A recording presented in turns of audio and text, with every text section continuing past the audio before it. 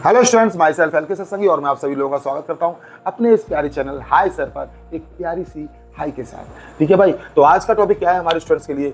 Equation of zero order of fraction. Zero order of fraction की equation prove कर रहे हैं। बड़ा सिंपल तरीका है इसका प्रूव करने का। पहले आप इस तरह से लिखिए, रिएक्टेंट से प्रोडक्ट। एक इक्वेशन लिख लीजिए, रिएक्टेंट से प्रोडक्ट, और इसके लिए आप लिखेंगे rate of reaction. Rate of reaction कैसे लिख सकते हैं आप? डी आर ओवर dt से। रिएक्टेंट के लिए आप जानते हैं नेगेटिव में होता है प्रोपोर्शनल, फिर यही रिएक्टेंट लिखा जाएगा। और जीरो ऑर्डर के लिए इसलिए पावर जीरो हो जाएगी भाई। ठीक है, अब मैं इसी को लिखता हूं यहाँ, D R over dt। Proportional का साइन आऊंगा इक्वल, कांस्टेंट आ जाएगा, और आगे क्या है? R power zero. ये माइनस का साइन इधर लगा दूंगा, मैं इधर ले आऊंगा। अब आप लोगों को मालूम ही है, क्या मालूम है कि अगर किसी की पावर जीरो होती है, तो उसकी वैल्यू कितनी हो जाती है? तो इसकी वैल्यू 1 हो जाती है। तो डी आर डी टी को ले आओ माइनस के इंटू डी टी। अब इसका आप क्या ले लेंगे? आप इंटीग्रेशन ले लेंगे। क्या ले लेंगे? टेकिंग इंटीग्रेशन ले लेंगे भैया। ठीक है भैया। अब डी आर, तो डी आर का हो जाएगा आपका आर, और यहां हो जाएगा इंटीग्रेशन का minus K T plus integration constant को मैं सी से डिनोट कर दे रहा हूं, है ना भैया। इक्वेशन फर्स्ट मान लीजिए आप इसे। इसके बाद एट इनिशियल स्टेट, मतलब इसका स्टार्टिंग की कहानी कर रहा है। बिल्कुल जब स्टार्ट हो रहे हैं आप, तब जब स्टार्ट हो रहे हैं तो टाइम क्या होगा? जीरो होगा। और इनिशियल कंसंट्रेशन पर क्या यूज करूंगा मैं? इनिशियल कंसंट्रेशन क्या यूज करूंगा भाई? इनिशियल कंसंट्रेशन यूज करूंगा। फिर मैं आपको आर नहीं आर नॉट से डिनोट कर देता हूं। ठीक है भाई। तो अब दोबारा से इक्वेशन फर्स्ट से ही करेंगे इसे हम, फ्रॉम इक्वेशन फर्स्ट से करो भाई। देखो कैसे करते हैं। पहले फर्स्ट इक्वेशन उतार लीजिए आप। क्या है? आर आराम से equal to minus K T plus सी। ठीक है भाई। अब आर के प्लेस पे आपको रखना पड़ेगा क्या? आर नॉट, क्योंकि स्टार्टिंग की कहानी चल रही है। यहां आ जाएगा आपका आर नॉट माइनस के, स्टार्टिंग की वाली बात है तो टाइम कितना है? जीरो है, तो टाइम जीरो हो गया भैया, प्लस सी। बिल्कुल ठीक भाई। तो अब ये जीरो हो गया, तो बचा क्या हमारे पास? Or not. ये जीरो हो गया प्लस सी, तो सी की वैल्यू आ गई भाई। सी की वैल्यू आ गई, क्या आ गई? सी की वैल्यू आर नॉट आ गई। अब सी की वैल्यू को इक्वेशन फर्स्ट में पुट कर देंगे। Putting the value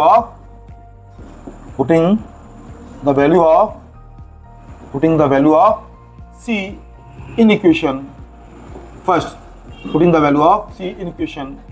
first. उतार लीजिए फर्स्ट इक्वेशन को भाई। क्या कहती है ये? ऊपर भी उतारी, यही है। R equal to minus K T plus C, R equal to minus K T plus C. C की वैल्यू ये निकाली मैंने, आर नॉट निकाली भाई, आर नॉट। तो आर नॉट को पुट कर दूंगा, माइनस के टी को दलाओ, प्लस का हो जाएगा भाई। ठीक है, आर नॉट इधर लिखा हुआ है पहले से ही। इस आर को उधर लेके आओ, माइनस का हो जाएगा।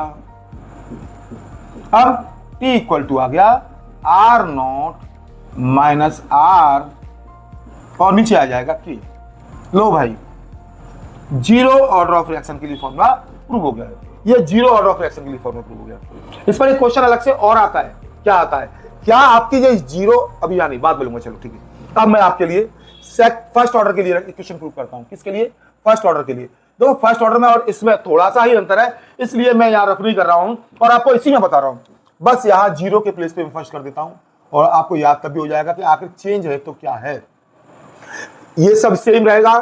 फर्स्ट के लिए यहाँ 1 आ जाएगा भाई, समझ गए ना? फर्स्ट ऑर्डर है भाई। तो अब ये वैल्यू 1 नहीं होगी, अब ये वैल्यू ऐसी की ऐसी रहेगी, आर की आर ही रहेगी। ठीक है भाई, आर के आर रहेगी। अब इस आर को मैं यहां ले आऊंगा और dt को उधर ले आऊंगा, तो आर इसी के नीचे आ गई भाई, बस और कुछ नहीं है। ये चेंज हुआ, आर इसी के नीचे आ गई, dt यहां चलेगी। और इसका जब इंटीग्रेशन लेंगे तो इसका इंटीग्रेशन आएगा आपका log e आर, ये आएगा इसका इंटीग्रेशन। तो log e लग जाएगा, और कुछ स्पेशल नहीं है, बाकी सब सेम रहेगा। ये सब इनिशियल टाइम जो है, time zero, initial concentration R naught, कोई चेंज नहीं है। ठीक है भाई।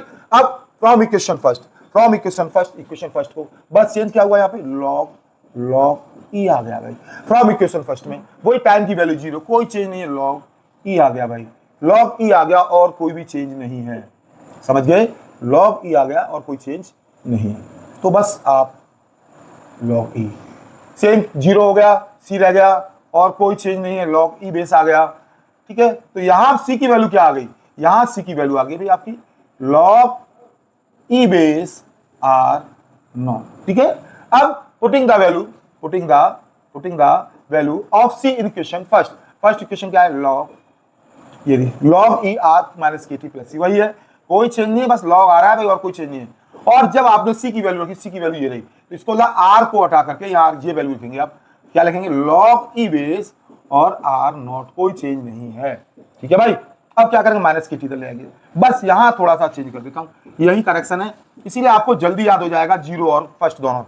क्या माइनस के टी इधर ले आता हूँ, प्लस का हो जाएगा, इधर पहले से ही है log E base R naught, और ये इधर जाएगा minus log E base R, ठीक, और के टी। हाँ भाई कुछ कॉमन आ रहा है क्या, लॉग ई बेस लेकर के और इसे लिखता हूं आर नॉट ओवर आर, समझ रहे हैं ना, लॉग में माइनस का साइन डिवाइड में कन्वर्ट हो जाता है। अब टी इक्वल टू के नीचे पहुंच जाए, अभी नहीं, और थोड़ा और चेंज कीजिए, क्या करना है, लॉग ई बेस कभी भी न्यूमेरिकल लॉग ई बेस में नहीं होता, लॉग 10 बेस में होता है, और लॉग ई बेस को लॉग 10 बेस में कन्वर्ट करने के लिए ये वैल्यू 2.303 इसका मल्टीप्लाई कर दो बस, और अब ये लॉग ई बेस नहीं रहेगा, लॉग 10 बेस रहेगा, और आगे जैसा भी लिखा है वैसा लिख दीजिए R naught over R, log 10 base, 10 को लिखो ना लिखो कोई जरूरत नहीं पड़ती, तो टी इक्वल टू आ गया भैया आपका 2.303 लॉग, और के को नीचे ले आता हूं, इसी के ले आया लॉग, और आगे क्या है 10 को लिखो मत लिखो, आर नॉट ओवर आर, ये लीजिए भाई, फर्स्ट ऑर्डर के लिए भी आपका इक्वेशन प्रूव हो गया। इस तरह से आपकी जीरो ऑर्डर और फर्स्ट ऑर्डर दोनों रिएक्शन प्रूव हो गई। अब इन्हीं रिएक्शनों को आपके हाफ लाइफ के टर्म्स में भी यूज किया जाता है, और बहुत ज्यादा मोस्ट है, उनमें एक थ्योरेटिकल क्वेश्चन भी बनता है क्या, तो zero order of reaction half life in terms of half life, first order of reaction in terms of half life. तो फिलहाल हम दोनों को चालू करते हैं, एक करके काम चालू करते हैं भाई। हाँ, तो अब हमारा टॉपिक है zero order of reaction in terms of half life. मैंने क्या किया है, जीरो और फर्स्ट दोनों को एक साथ करूंगा, यहाँ जीरो लिख दिया, इधर फर्स्ट लिख दिया, first order of reaction in terms of half life. You know what is the half life, half life क्या होती है भाई, कोई भी कंपाउंड हो उसको आधा डिकम्पोज होने में, आधा खर्च होने में जितना समय लगता है वो हाफ लाइफ होती है, और हाफ लाइफ को टी हाफ से डिनोट करते हैं भाई। चलो चालू करता हूं मैं, जीरो ऑर्डर ऑफ रिएक्शन अभी क्या प्रूफ की मैंने, बस ये बता दिए, T R naught minus R over K, ये थी आपकी जीरो ऑर्डर ऑफ रिएक्शन, समझना अच्छी तरह से। और हाफ लाइफ का मतलब क्या है कि कोई भी कंपाउंड जितने समय में आधा रह जाता है, तो मान लो इनिशियल कंसंट्रेशन, मान क्या लो है भाई, इनिशियल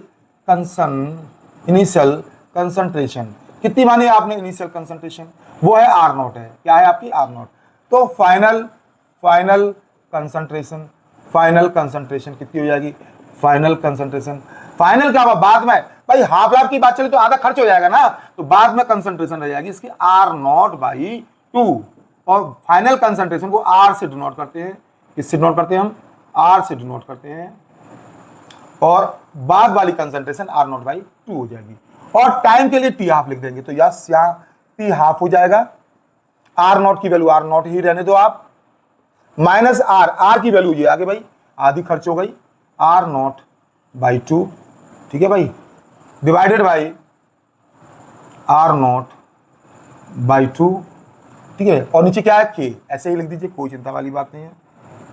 अब आर नॉट में से R naught divided by 2 cut जाएगा, तो यानी हाफ कट जाएगा, तो आर नॉट बाई 2 ही बचेगा भाई, डिवाइडेड बाई के, 2 नीचे आ जाएगा, then T half equal to R naught by 2 के।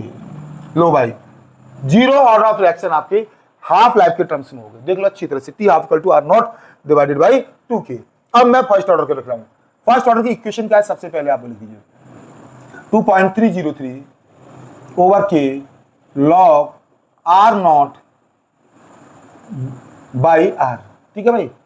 चलो टी के प्लेस पे क्या लिखेंगे आप, टी आप, जो अभी आप यूज किया था हमने टी आप, और बाकी सब ऐसे तारो 2.303 के लॉग आर नॉट की आर नॉट ही रहेगी आपकी भाई, कुछ नहीं, आर बाद वाली कंसंट्रेशन फाइनल कितनी हो जाएगी, आर नॉट बाई 2 हो जाएगी, ठीक है भाई।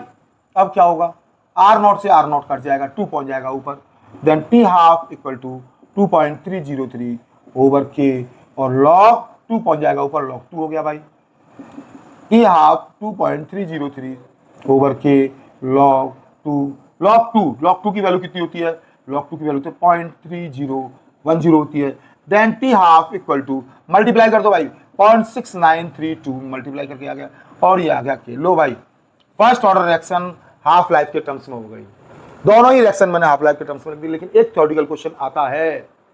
ये क्वेश्चन कैसे आ सकते हैं?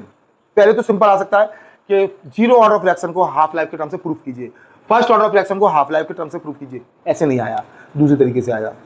क्या आएगा? Prove that half life of zero order of reaction, half life of zero order of reaction depends on the initial concentration of the reactant. तो आपको यही प्रूव करना है। Half life of the first order reaction does not depend on the initial concentration, तो भी आपको यही prove करना है। ठीक है भाई, तो आज मैंने आप लोगों को फर्स्ट ऑर्डर और जीरो ऑर्डर ऑफ रिएक्शन दोनों की इक्वेशन को बता दिया। तो बस जाते जाते आपसे एक ही बात कहना है, अगर आपको हमारी वीडियो वाकई में अच्छी लग रही हो तो एक बार सब्सक्राइब जरूर करना, लाइक जरूर करना। ठीक है भाई।